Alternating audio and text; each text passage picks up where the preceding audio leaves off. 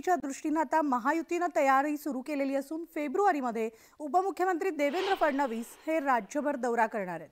तर मुख्यमंत्री शिंदे यांच्या दौऱ्याला आजपासून सुरुवात होतीये।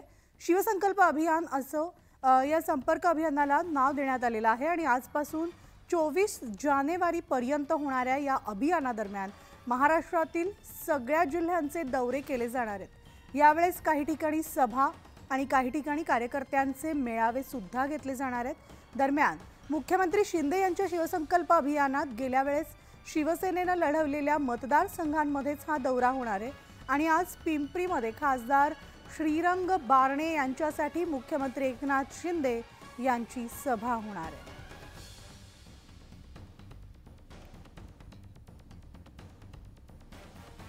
तर आता नव्या वर्षाच्या सुरुवातीपासूनच निवडणुकांचे वारे वाहू लागलेत। परिणामी राजकीय पक्षांनी आता विविध अभियानांवर भर देण्यास सुरुवात केलेली आहे। सत्ताधारी शिवसेनेने शिवसंकल्प यात्रेमधून मतदारांवर सुद्धा संवाद साधण्याची रणनीती आखली आणि आगामी लोकसभा निवडणुकीच्या प्रचाराची ही पूर्व तयारी आहे। पाहुयात आमचा स्पेशल रिपोर्ट। लोकसभा निवडणुका घोषित होण्यापूर्वीच शिवसेनेची शिवसंकल्प यात्रा सुरू होते।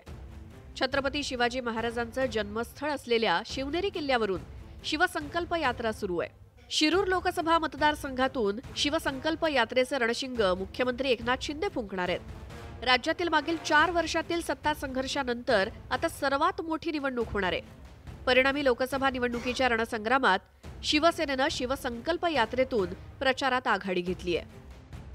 मुख्यमंत्री एकनाथ शिंदे शिवसंकल्प यात्रेची सुरुवात शिरूर लोकसभा मतदारसंघातून करणार आहेत आणि या मतदारसंघावरून तिढा होण्याची शक्यता निर्माण झाली आहे। या मतदारसंघातील माजी खासदार शिवाजीराव आढळराव पाटील एकनाथ शिंदेंसोबत आहेत आणि त्यांनाच शिवसेनेची उमेदवारी मिळण्याची शक्यता वर्तवली जाते। मात्र दुसरीकडे उपमुख्यमंत्री अजित पवार यांनी देखील या मतदारसंघावरती दावा केलाय।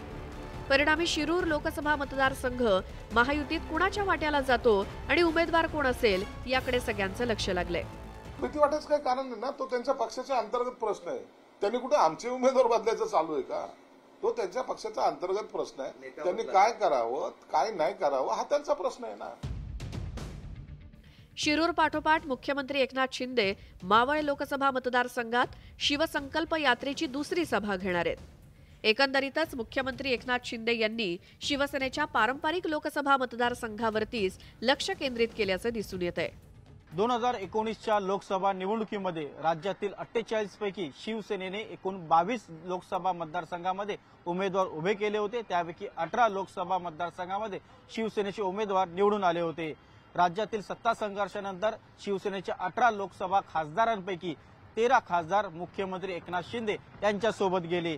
या सोबत आलेल्या खासदारांना आता 2024च्या लोकसभा निवडणुकीमध्ये पुन्हा एकदा निवडून आणण्याचं आव्हान मुख्यमंत्री एकनाथ शिंदे यांच्या समोर असणार आहे।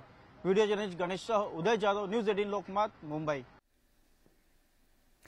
तर आगामी लोकसभा